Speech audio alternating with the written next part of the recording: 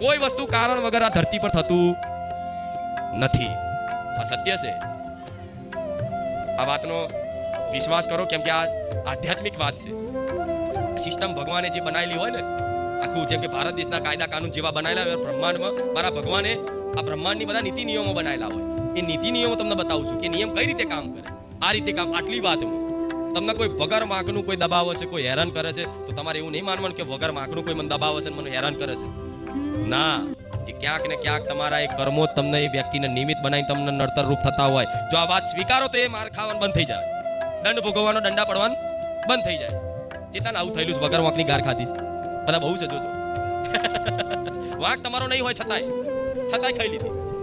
એ પાછું એમને ક્યાંથી ગાર કોઈની ખાય, પણ હું કહું આવું થઈ જાય તો જતું કરી દેવાનું, તમારે મોની લેવાનું. હા, અગર કોઈ વધારે પડતો દબાવવા જાય છે તો કોઈ કાયદાનો સહારો લેવો. હા, શું ખોટું? કોઈ દીકરીને અગર કોઈ મતલબ કોઈ પુરુષ થઈને ગાર બોલે છે તો એવું નહીં વિચારવાનું કે કર્મ મને ગાર બોલે છે, એનો વિરોધ કરવો જોઈએ. એ તે ભગવાને કીધું છે.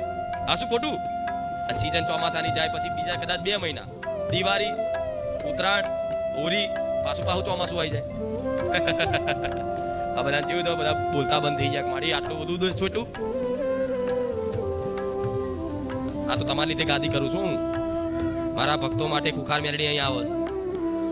નકર કુખાર મેલડીને કોઈ ગાદી નહીં પડી, નહીં કોઈ નામના નહીં પડી, નહીં કોઈ નહીં પડી.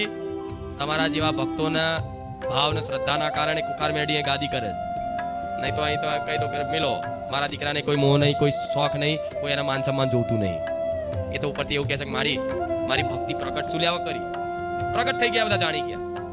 હવે એટલે આને એક કર્તવ્ય મળી, ફરજ મળી, આ કરવું પડશે. ફરજ મળી કહેવાય ને. મેં માતાએ આલી, કોઈ આલી નહીં, કોઈના કહેવાથી નહીં, કોઈની ભલામણથી નહીં, પણ મેં માતાએ આલી કે ફરજ છે તારી, આ કર્તવ્ય છે, નિભાય. બરોબર. પણ એ મને કે મારી મને ફેમસ ના કર્યો તો સારું નહીં. તું શાંતિથી એકાંતમાં તારી ભક્તિ જ કરે. પણ અત્યારે જાણી ગયા છે બધા.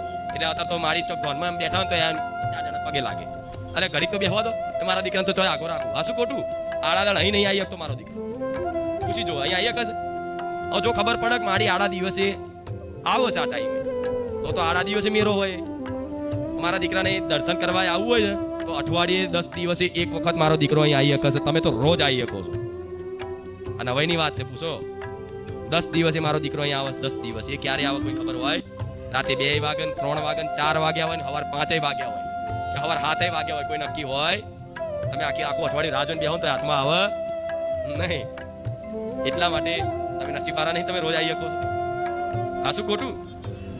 તો આ કહેવાનું કારણ એટલે છે કે કુખાર મેલડી શું છે એ ઓળખતા તો પેઢીઓ જતી રહેવાની, નહીં ઓળખી શકો. પણ સમજો મને, મારી વાતોને સમજો. ઓળખી તો નહીં શકો. હું કહું છું તમારા દાદાના દાદા જતા રહ્યા તો મને મેલડીને ઓળખી નહીં શકે. તમે શું ઓળખી શકશો? હા, મેલડીના પ્રેમને ઓળખી શકશો, મેલડી નહીં ઓળખી શકશો. મેલડીને ઓળખવા જાવ તો કંઈક ને કંઈક બધા જતા રહ્યા, ગોળા થઈ જાય, છટકી જાય. તો મેલડીને સાધવા જાય, મેલડીને સાધવા જાય, મેલડીની શક્તિ પ્રાપ્ત કરવા જ્યાં, શક્તિનો દુરુપયોગ કરવા જ્યાં, એ બધા જતા રહ્યા ગાણા થઈને બજારમાં ફરે. મેલડીને જે ભક્તિ કરી, શું એને મારી મમતામય સ્વરૂપ બતાવ્યું છે. 2 રૂપ છે ને. મેલડીને મારી કોઈ સાધના આવે છે, લોકો કરે છે ને અમુક મૂંછોડ વિદ્યા કરવા, વશીકરણ કરવા માટે એ અનુષ્ઠાન હોય, તંત્રનો મંત્રનો ઉપયોગ કરે એટલે એ શક્તિ એમને મળે. એમણે જે પ્રમાણે અનુષ્ઠાન કરે એ પ્રમાણે શક્તિ મળે. એ શક્તિનો દુરુપયોગ કરે એ શક્તિ એમ જ ખાઈ જાય. પણ જ્યારે મારા દીકરાને હંમેશા સદઉપયોગ શીખવાડ્યો છે કે હંમેશા સદઉપયોગ જ કરવાનું થાય તો કોઈનું ભલું કરવાનું, પણ ક્યારે કોઈ મૂંછચોટ વિદ્યામાં પડવાનું. કદાચ કોઈ મૂંછચોટ વિદ્યા કરી હોય ને આ ચૂકલી તો એને નષ્ટ કરતા મારા દીકરાને ફાવે, તોડતા ફાવે. કોકને મારતા આવડતું, બધાને મારતા આવડે, મૂઠ મારતા આવડે, વાર્તા ના આવડે. પણ જ્યારે મારા દીકરાને મેં મારતા નહીં વાર્તા શીખવાડ્યું છે. કેમ? મૂઠ મારવા વાળા હોય, દાખલો થતું નહીં આવતું, વેમ ના રાખતા તો કહું છું. ખાલી પહેલા આવતા હતા વાદી પોમલા બધા, અત્યારે નહીં બધા. હતા તો બધા ખાલી દેખાવ કરીને મારા લગાઈને ફરવા વાળા. અસલી સીધો તો દેખાતા જ નહીં. તાંત્રિકો છે પણ અત્યારે એ બજારમાં ના ફરતા હોય, સમજ્યા? એટલે બધું વેમ નહીં રાખવું. એ બધું થતું પહેલા. અત્યારે સિદ્ધ તાંત્રિકો પણ એ બધા ક્યાં છે? કામ આખ્યા બાજુ. અને એ બધા એવા એકાંત કે આ બાજુ રૂબરૂ જોવાય ના મળે. તમે જંગલમાં જાઓ તો ભાગ્ય ક્યાંક જોવા મળી જાય અસલી તાંત્રિક. એટલે ક્યારેય ડરવું. અને જે મારો કુખાર મેલડીનો હોય, જે મારા રામનું નામ લેતો હોય એ તાંત્રિક તો તંત્ર કરો ને, આમ કરીને વિદ્યા કરો ને તમારી પર, તમારો ધંધો બાંધવા, મૂઠ મારવા, તો રામનું નામ હોય મારા જે મેલડીનો ભરોસો હોય તો એ વિદ્યા પાસી જાય.